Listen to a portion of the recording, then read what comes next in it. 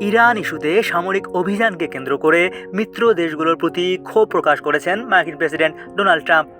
White হাউসে সাংবাদিকদের সঙ্গে আলাপকালে তিনি বলেন, যুক্তরাষ্ট্র দীর্ঘদিন ধরেই বিপুল অর্থ ব্যয় করলেও প্রয়োজনের সময় অনেক দেশ পাশে দাঁড়ায়নি।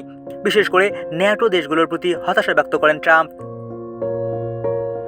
বলেন, আমরা অন্য দেশগুলোকে রক্ষার জন্য ট্রিলিয়ন ট্রিলিয়ন ডলার খরচ করি, কিন্তু যদি আমাদের রক্ষার সময় আসে তখন তারা অনেকেই থাকবে না।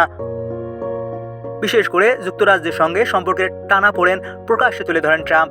ব্রিটিশ প্রধানমন্ত্রী কিয়ের স্টারমারের সরকারের সমালোচনা করে তিনি বলেন, ইরান ইস্যুতে সহযোগিতা চেয়ে জাহাজ ও মাইনসুপার পাঠানোর অনুরোধ জানানো হলেও তাৎক্ষণিক সাড়া মেলেনি।